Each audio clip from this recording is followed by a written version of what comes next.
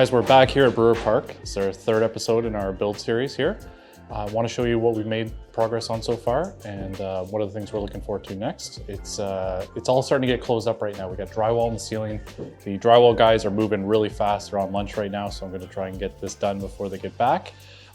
We've insulated spray foam, 2-pound closed cell spray foam. We've filled all the walls, all the cavities we can.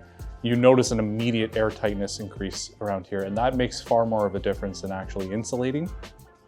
To be able to prevent the drafts from coming in and out, the unconditioned air from traveling between the walls makes all the difference in the world. This house originally didn't actually have any insulation in the walls, and I can't begin to tell you how much of a difference it made. The furnace shut off the second we started spraying, and it really rarely kicks on now. So it's something we're actually gonna have to look at because we don't want the furnace short cycling, and it'll burn out the motor faster if we don't be careful.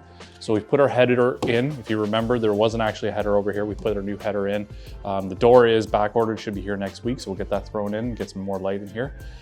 The kitchen is underway. We're gonna show you in the next series here. We're gonna go visit the cabinetry being made and being all prepped, dry fit, ready to go. But our rough-in is all complete now. Our walls are all built. We've put our exhaust in for the kitchen fan. It's a drop hood. We've had to increase the size of the bulkhead slightly to accommodate some of the structural issues we found. Not a big deal. We've run it through the clients. They're fine. It's going to line up nicely with the edge of the counter, so everything will be perfectly in the same plane. Over here, I promised you to show you how do we do curved drywall. So the secret is you wet the back of it, wet the front of it, and the drywall will take the bend a lot easier. You don't have to score because otherwise you end up with a bunch of ridges in it and it takes forever to mud it out. So they're gonna be wetting it a bit here. We'll try to get some footage of that.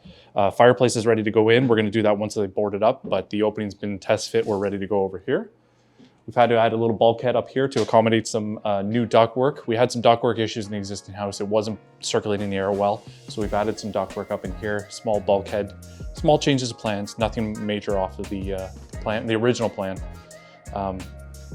One of the things we're going to be focusing on is repairing and rehabilitating these stairs over the next week. The stairs are getting painted and they're getting a special coating that's going to add some grit to it. I'll show you that to you when it comes time, but it's been 100 plus years those stairs have been there. We've done a bunch of reinforcement I showed you in the last video. They're in reasonably good shape. We're going to bring them back to life, rehabilitate them. It's not necessarily about always just ripping out everything and starting again.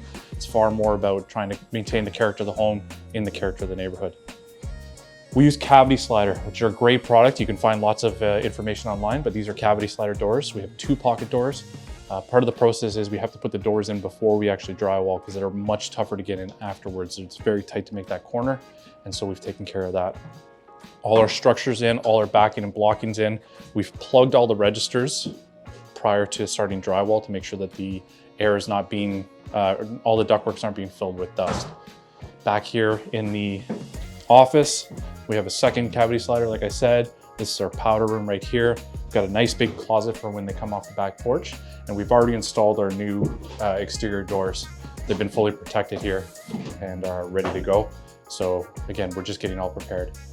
We've added our new attic access. One of the things I'll show you is we use Bowco for our attic accesses and for our air returns. So we'll be installing those. I'll show them to you next time. Other than that, guys, we're rocking and rolling. Like I said, flooring's coming in next week, millwork the week after. Countertops and trim and everything, we're pretty much out of here by the end of May and on to the next one. So that's gonna do it for this time. We'll see you next time.